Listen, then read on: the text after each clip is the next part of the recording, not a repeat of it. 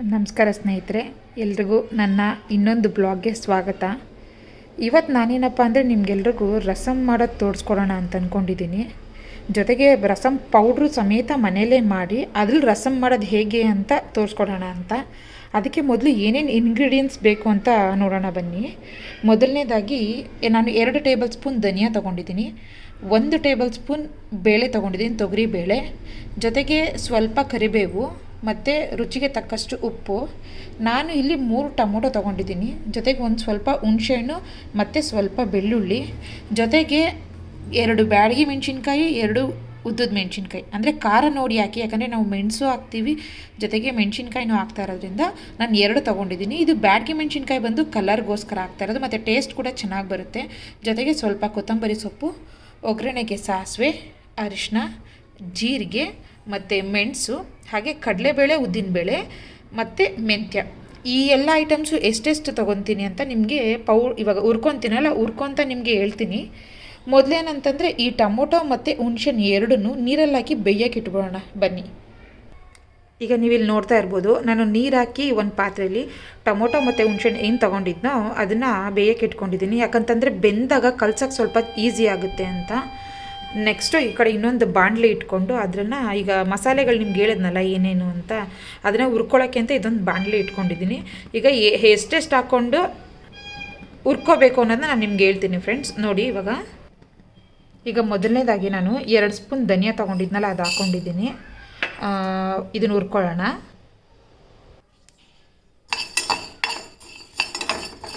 ಇದು ಲೋ ಫ್ಲೇಮಲ್ಲಿ ಇಟ್ಕೊಂಡಿರಿ ಒಂದು ಸ್ವಲ್ಪ ಫಸ್ಟು, ಯಾಕಂತಂದರೆ ಸೀದೋಗ್ಬಿಡುತ್ತೆ. ಹೈ ಫ್ಲೇಮ್ ಇಟ್ಟ ತಕ್ಷಣ ಜಾಸ್ತಿ ಇದಾಗಲ್ಲ, ಬೇಗ ಸೀದೋಗ್ಬಿಡುತ್ತೆ.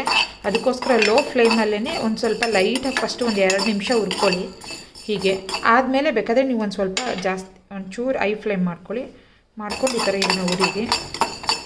ಇಲ್ಲಿ ನಾನು ತೋರಿಸ್ತಾ ಇರೋದು ಎಲ್ಲನೂ ಒಂದೊಂದಾಗಿ ಮೇಲೆ ಹಾಕ್ಕೊಂಡು ಒಂದ್ರ ಮೇಲೆ ಒಂದು ಹಾಕೊಂಡು ಹುರ್ಕೋಬೋದು. ಅದು ಏನಂತಂದರೆ ಬೇಗ ಯಾವ್ದಾದ್ರು ಸೀದೋಗುತ್ತೆ ಅನ್ನೋದಕ್ಕೋಸ್ಕರ ಒಂದೊಂದನ್ನೇ ಸಪ್ರೇಟ್ ಡ್ರೈ ರೋಸ್ಟ್ ಮಾಡ್ತಾಯಿದ್ದೀನಿ.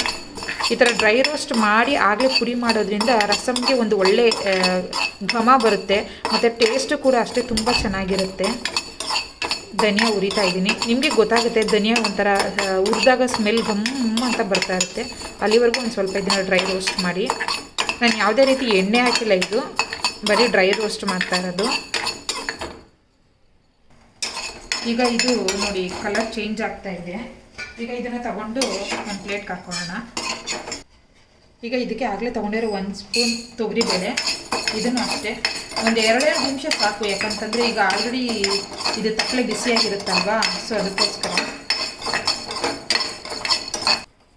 ನೋಡಿ ಇವಾಗ ಇದು ಆಗಿದೆ ಬೇಳೆ, ಮತ್ತು ಈಗ ಪ್ಲೇಟ್ಗೆ ಟ್ರಾನ್ಸ್ಫರ್ ಮಾಡ್ಕೊತಾ ಇದ್ದೀನಿ. ಈಗ ಇದಕ್ಕೆ ನೋಡಿ ತುಂಬ ಚಿಕ್ಕ ಟೇಬಲ್ ಸ್ಪೂನಲ್ಲಿ ಒಂದೇ 1 ಸ್ಪೂನ್ ಕಡಲೆಬೇಳೆ ಜಾಸ್ತಿ ಹಾಕೋತಾ ಇಲ್ಲ. ಇದನ್ನು ಹಾಗೆ ರೋಸ್ಟ್ ಮಾಡ್ಕೊಳ್ಳೋಣ, ಡ್ರೈ ರೋಸ್ಟು. ಈಗ ನೋಡಿ ಇದು ಕೆಂಪಾಗಿದೆ ಕಡಲೆಬೇಳೆ, ಉದ್ದಿನಬೇಳೆ. ಈಗ ರಸಮ್ಗೆ ಮೇನ್ ಬೇಕಾಗಿರೋದೇ ಮೆಣಸು, ಜೀರಿಗೆ. ಇಲ್ಲಿ ನಾನು ಜೀರಿಗೆ 1 ಟೇಬಲ್ ಸ್ಪೂನ್ ಹಾಕೊತಾ ಇದ್ದೀನಿ, ಯಾಕಂದರೆ ನಾನು ನಮ್ಮಿಬ್ಬರಿಗೆ ಮಾಡ್ತಾ ಇರೋದು 2 ಟೈಮ್ಗೆ, ಅದಕ್ಕೋಸ್ಕರ 1 ಟೇಬಲ್ ಸ್ಪೂನ್ ಜೀರಿಗೆ ಹಾಕೊತಾ ಇದ್ದೀನಿ. ಜೀರಿಗೆನೂ ಅಷ್ಟೇ ಇದನ್ನು ಲೋ ಫ್ಲೇಮಲ್ಲೇ ರೋಸ್ಟ್ ಮಾಡ್ಕೊಳ್ಳಿ, ಯಾಕಂತಂದರೆ ಜೀರಿಗೆ ಬೇಗ ಸೀದೋಗ್ಬಿಡುತ್ತೆ. ಅದಕ್ಕೋಸ್ಕರ ನೋಡಿ ಹಾಕಿದೆ 2 ನಿಮಿಷಕ್ಕೇ ಚಟಪಟ ಅಂತ ಇದೆ. ಇದು ಒಂದು 2 ನಿಮಿಷ ಆದರೆ ಸಾಕು ರಸಮ್ಗೆ. ಜೊತೆಗೆ ಈ ಕಡೆ ಟೊಮೊಟೊ ಹುಣ್ಸೆಹಣ್ಣು ಏನು ಇಟ್ಟಿದ್ವೋ ಅದು ಕುದೀತಾ ಇದೆ. ಇದು ಈ ಥರ 1-2 ಕುದಿ ಬಂದರೆ ಸಾಕು. ಈಗ ಇದನ್ನು ಆಫ್ ಮಾಡ್ಕೊಳ್ಳೋಣ. ಆಫ್ ಮಾಡ್ಕೊಂಡು ತಣ್ಣಗಾಗಕ್ಕೆ ಬಿಟ್ಕೊಳ್ಳೋಣ. ಆಮೇಲೆ ಇದನ್ನು ಕಲಿಸ್ಕೊಂಡು ರಸ ಎತ್ತಿಕ್ಕೊತೀನಿ. ಈ ಕಡೆ ಜೀರಿಗೆನೂ ಆಯಿತು. ಈಗ ಮೆಣಸು ಹಾಕೊತಾ ಇದ್ದೀನಿ. ಮೆಣಸು ನೋಡಿ ಹಾಕ್ಕೊಳ್ಳಿ, ಯಾಕಂತಂದರೆ ಆಲ್ರೆಡಿ ನಾವು ಬ್ಯಾಡಗಿ ಮೆಣಸಿನ್ಕಾಯಿ ಮತ್ತು ಇನ್ನೊಂದು ಮೆಣಸಿನ್ಕಾಯಿ 2 ತೊಗೊಂಡಿದ್ದೀವಿ, ಅದು ಖಾರ ಇರುತ್ತೆ. ಸೊ ಅದಕ್ಕೆ ಮೆಣಸು ಸ್ವಲ್ಪ ಕಮ್ಮಿ ಹಾಕ್ಕೊತಾ ಇದ್ದೀನಿ. ನಾನೊಂದು ಅರ್ಧ ಟೇಬಲ್ ಸ್ಪೂನಷ್ಟು ಮೆಣಸು ಹಾಕೋತಾ ಇದ್ದೀನಿ. ನೀವು ಬೇಕು ಅಂದರೆ ಖಾರ ಜಾಸ್ತಿ ತಿನ್ನೋರಾದರೆ ಖಾರ ಜಾಸ್ತಿ ಹಾಕೊಳ್ಳಿ, ಯಾಕಂದರೆ ಬ್ಯಾಡ್ಗಿನೂ ಸಮ್ಟೈಮ್ಸ್ ಒಂದೊಂದ್ಸಲ ಅದು ಖಾರ ಇರುತ್ತೆ, ಕಲರ್ ಬಂದೂ ಖಾರ ಇರುತ್ತೆ. ಅದಕ್ಕೋಸ್ಕರ ಈಗ ನಾನು ಅರ್ಧ ಟೇಬಲ್ ಸ್ಪೂನ್ ಮೆಣಸು ಹಾಕ್ಕೊಂಡಿದ್ದೀನಿ.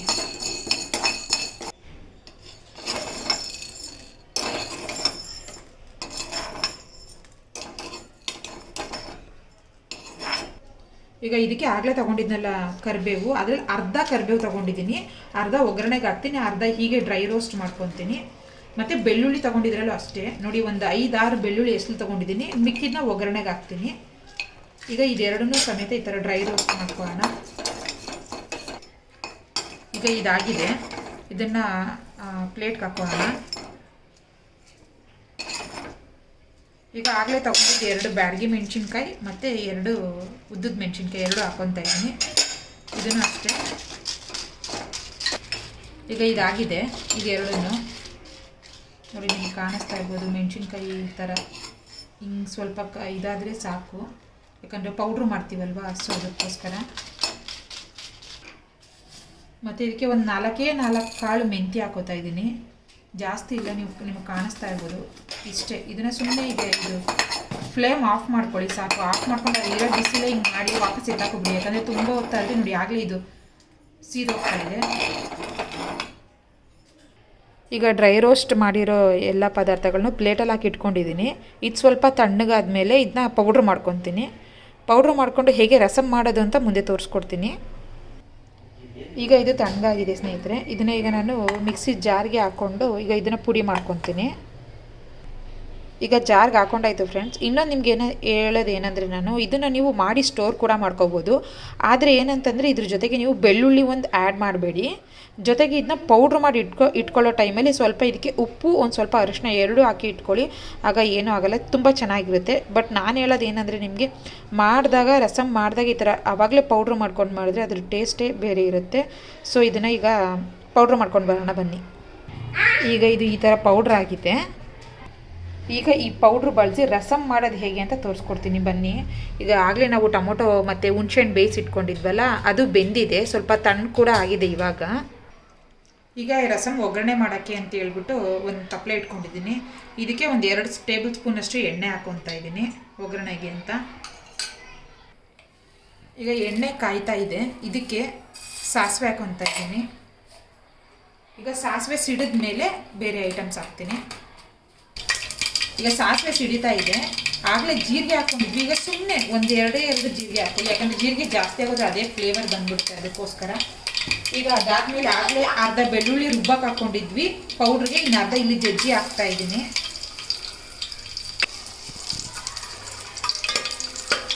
ಈಗ ಕರಿಬೇವು ಹಾಕೋತಾ ಇದ್ದೀನಿ, ಮಿಕ್ಕಿದ್ದು ಕರಿಬೇವು. ರಸಮ್ಗೆ ನೀವು ಕರಿಬೇವು ಎಷ್ಟು ಹಾಕ್ತೀರೋ ಅಷ್ಟು ಟೇಸ್ಟ್ ಚೆನ್ನಾಗಿರುತ್ತೆ ರಸಮ್ದು.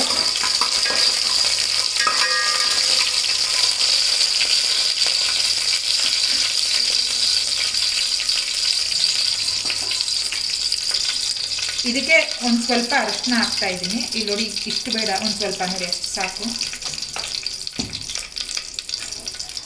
ಅರಿಶಿನ ಹಾಕಿದ್ಮೇಲೆ ಇಲ್ಲಿ ನಾವು ಆಗಲೇ ಮಾಡಿಟ್ಕೊಂಡಿದ್ವಲ್ಲ ರಸಮ್ ಪೌಡ್ರು, ಈ ರಸಮ್ ಪೌಡ್ರ್ ಹಾಕ್ತಾ ಇದ್ದೀನಿ. ಇದು ರಸಮ್ ಪೌಡ್ರು ಜಾಸ್ತಿ ಇದೆ.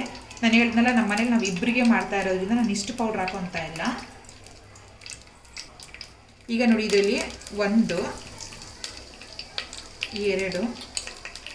3 ಟೇಬಲ್ ಸ್ಪೂನು, ಅಂದರೆ ನಾವು ಇಬ್ಬರಿಗೆ 2 ಟೈಮ್ಗೆ ಆಗುತ್ತೆ. ಇನ್ನು ಮಿಕ್ಕಿದ್ದು ನಾನು ಇದು ಸ್ಟೋರ್ ಮಾಡಿ ಇಟ್ಕೋತೀವಿ. ನೀವು ಬೇಕಂತಂದರೆ ಜಾಸ್ತಿ ಜನಕ್ಕೆ ಮಾಡೋಂಗಿದ್ರೆ ಇನ್ನೊಂದು 2 ಟೇಬಲ್ ಸ್ಪೂನ್ ಜಾಸ್ತಿ ಹಾಕೊಳ್ಳಿ. ಆಮೇಲೆ ಜೊತೆಗೆ ಇದೇ ಟೈಮ್ಗೆ ನೀವು ಈಗ ಇದು ಬರೀ ರಸಮು, ಹುಣಸೆಹಣ್ಣು ಟೊಮೆಟೊ ರಸಮು, ನೀವು ಇದೇ ಟೈಮಲ್ಲಿ ಬೇಕಾದರೆ ಒಂದು ಕುಕ್ಕರಲ್ಲಿ ಬೇಳೆನ ಕೂಗಿಕ್ಕಿಸ್ಕೊಂಡು ಈ ಟೈಮಲ್ಲಿ ಬೇಳೆನೂ ಹಾಕಿ ಮಾಡಿದ್ರೆ ಬೇಳೆ ರಸಮ್ ಥರ ಆಗುತ್ತೆ. ಅದು ಇನ್ನೂ ಟೇಸ್ಟ್ ತುಂಬ ಚೆನ್ನಾಗಿರುತ್ತೆ. ಇದು ನಾನು ಸುಲಭವಾಗಿ ಮಾಡೋದು, ಬರೀ ಹುಣಸೆಹಣ್ಣು ಟೊಮೊಟೊ ಹಾಕಿ ಮಾಡ್ತಾ ಇರೋದ್ರಿಂದ ಏನಿಲ್ಲ. ಇದಾಗಲೇ ಹುರಿದಿದ್ದೀವಲ್ವಾ, ಸೊ ಅದಕ್ಕೆ ಮತ್ತೆ ಇನ್ನೊಂದು ಏನು ಜಾಸ್ತಿ ಏನು ಹುರಿಬೇಕಾಗಿರೋ ಅವಶ್ಯಕತೆ ಇಲ್ಲ. ಈಗ ಈ ಟೈಮಲ್ಲಿ ನಾವು ಆಗಲೇ ಹುಣಸೆಹಣ್ಣು ಟೊಮೊಟೊ 2 ಬೇಯಿಸಿಟ್ಕೊಂಡಿದ್ವಲ್ಲ, ಅದನ್ನು ಇವಾಗ ಇಲ್ಲಿ ಹಾಕ್ತಾ ಇದ್ದೀನಿ.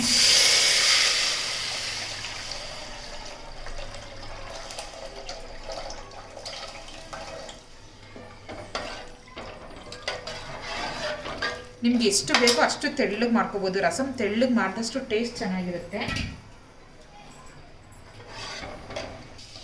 ಇದಕ್ಕೆ ನಿಮ್ಗೆ ಎಷ್ಟು ಬೇಕೋ ಅಷ್ಟು ನೀರು ಹಾಕ್ಕೊಂಡು ರಸಮ್ನ ತೆಳ್ಳಗೆ ಮಾಡ್ಕೋಬೋದು.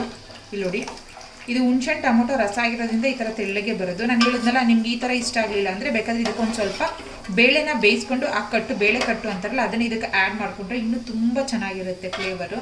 ಈಗ ಇದನ್ನು ಕುದಿಯೋಕೆ ಬಿಡೋಣ. ಜೊತೆಗೆ ಎಷ್ಟು ಬೇಕು ರುಚಿಗೆ ತಕ್ಕಷ್ಟು ಉಪ್ಪು ಹಾಕ್ಕೊಳ್ಳಿ ಇದಕ್ಕೆ. ಇವಾಗ ಆಮೇಲೆ ಇನ್ನೊಂದು ಆಗಲೇ ಹೇಳೋದು ಮರ್ತೈತೆ ಸ್ನೇಹಿತರೆ, ರಸಮ್ಗೆ ಹುಳಿ ಇರುತ್ತಲ್ವ, ಸೊ ನೀವು ಒಂದಿಷ್ಟು ದಪ್ಪ ಬೆಲ್ಲ ಹಾಕೋದ್ರಿಂದ ರಸಮ್ ಟೇಸ್ಟ್ ತುಂಬ ಚೆನ್ನಾಗಿ ಬರುತ್ತೆ. ನಾನು ನೋಡಿ ಇಷ್ಟು ದಪ್ಪ ಬೆಲ್ಲ ಹಾಕ್ಕೊತಾ ಇದ್ದೀನಿ, ಜೊತೆಗೆ ಕೊತ್ತಂಬರಿ ಸೊಪ್ಪು ಹಾಕ್ಕೊಂಡು ಈಗ ಇದನ್ನು ಕುದಿಯೋಕ್ಕೆ ಬಿಟ್ಟರೆ ರಸಮ್ ರೆಡಿ ಆಗುತ್ತೆ. ಇದು ಕುದ್ದ ಮೇಲೆ ನಿಮಗೆ ಯಾವ ಥರ ಬಂತು ಅಂತ ನಾನು ನಿಮಗೆ ತೋರಿಸ್ತೇನೆ. ಈಗ ರಸಮ್ ಕುದೀತಾ ಇದೆ. ಈಗ ಕುದ್ದ ಮೇಲೆ ಈ ಥರ ಒಂದು ಕುದಿ ಬಂದಮೇಲೆ ಆಫ್ ಮಾಡಿಬಿಡಿ. ಯಾಕಂತಂದರೆ ಆಲ್ರೆಡಿ ನಾವು ಟೊಮೊಟೊ ಹುಣಸೆಹಣ್ಣು ಬೇಯಿಸ್ಕೊಂಡಿದ್ವಿ, ಪೌಡ್ರೆಲ್ಲ ಹುರ್ಕೊಂಡಿದ್ದು ತುಂಬ ಜಾಸ್ತಿ ಕುದಿಸ್ಬೇಕು ಅಂತೇನಿಲ್ಲ. ಈ ಥರ ಒಂದು ಕುದಿ ಬಂದಮೇಲೆ ಆಫ್ ಮಾಡಿಬಿಡಿ. ಈಗ ರಸಮ್ ಆಗಿದೆ. ಈಗ ಇದನ್ನು ತೋರಿಸ್ತೀನಿ ಯಾವ ಥರ ಬಂದಿದೆ ಅಂತ. ರಸಮ್ ರೆಡಿಯಾಗಿದೆ ಸ್ನೇಹಿತರೆ. ನೋಡಿ ಎಷ್ಟು ಕಲರ್ಫುಲ್ಲಾಗಿ ರಸಮ್ ಬಂದಿದೆ. ಬಿಸಿ ಬಿಸಿ ಅನ್ನದ ಜೊತೆಗೆ ಈ ಥರ ರಸಮ್ ಹಾಕ್ಕೊಂಡು ತಿಂತಾಯಿದ್ರೆ ಅದ್ರ ಟೇಸ್ಟೇ ಸಖತ್ತಾಗಿರುತ್ತೆ. ಈ ಮಳೆಗಾಲದಲ್ಲಿ ಅದರಲ್ಲಂತೂ ಈಗ ಮಕ್ಕಳಿಗೆ ಮಾಡಿಕೊಟ್ರೆ, ಚಳಿಗಾಲದಲ್ಲಿ ಮಳೆಗಾಲದಲ್ಲಿ ಎರಡರಲ್ಲೂ ಕೂಡ ಮಕ್ಕಳಿಗೆ ಮಾಡಿಕೊಟ್ರೆ ತುಂಬ ಚೆನ್ನಾಗಿರುತ್ತೆ. ನೋಡಿ ಎಷ್ಟು ಕಲರ್ಫುಲ್ಲಾಗಿ ಕಾಣಿಸ್ತಾ ಇದೆ. ನಾವು ಬ್ಯಾಡಗಿ ಮೆಣಸಿನ್ಕಾಯಿ ಹಾಕಿದ್ವಲ್ಲ, ಅದಕ್ಕೋಸ್ಕರ ಈ ಕಲರ್ ಬಂದಿದೆ. ಈ ರಸಮ್ನ ಮನೇಲಿ ನೀವು ಒಂದ್ಸಲ ಟ್ರೈ ಮಾಡಿ, ಟೇಸ್ಟ್ ಹೇಗೆ ಬಂತು ಅಂತ ಕಮೆಂಟ್ ಮಾಡಿ ನನಗೆ. ಯಾರೆಲ್ಲ ನನ್ನ ವೀಡಿಯೋನ ಸಬ್ಸ್ಕ್ರೈಬ್ ಮಾಡ್ಕೊಳ್ದೆ ನೋಡ್ತಾ ಇದ್ದೀರೋ ಅವರು ದಯಮಾಡಿ ಸಬ್ಸ್ಕ್ರೈಬ್ ಮಾಡ್ಕೊಳ್ಳಿ. ಹಾಗೆ ಲೈಕ್ ಮಾಡಿ, ಶೇರ್ ಮಾಡಿ ಮತ್ತು ಕಮೆಂಟ್ ಮಾಡಿ. ನನ್ನ ವಿಡಿಯೋ ಹೇಗಿತ್ತು, ರಸಮ್ ಹೇಗೆ ಬಂತು ಅಂತ ತಪ್ಪದೆ ಕಮೆಂಟಲ್ಲಿ ತಿಳಿಸಿ. Thank you. ನಾಳೆ ಮತ್ತೊಂದು ವಿಡಿಯೋ, ಮತ್ತೊಂದು ರೆಸಿಪಿ, ಹೊಸ ರೆಸಿಪಿ ಜೊತೆಗೆ ನಿಮ್ಮ ಜೊತೆ ಭೇಟಿಯಾಗೋಣ. ನಮಸ್ಕಾರ ಸ್ನೇಹಿತರೆ.